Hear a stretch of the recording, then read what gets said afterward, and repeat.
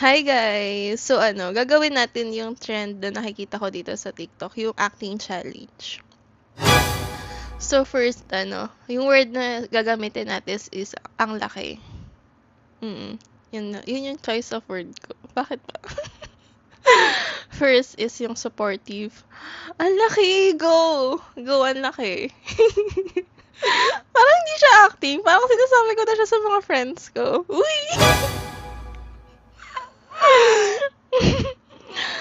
Next is disappointed. Disappointed.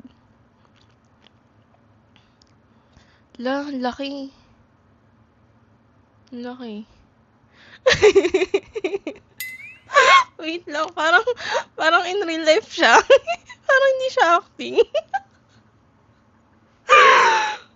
Wait lang, natatawa ako. Ayan, gumawa na naman ako ng video na ikakasira ko talaga. Next is yung sarcastic. Laki. Laki ba? Laki ba, be?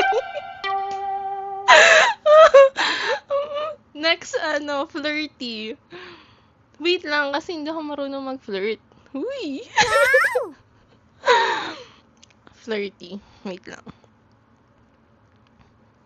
Ang laki.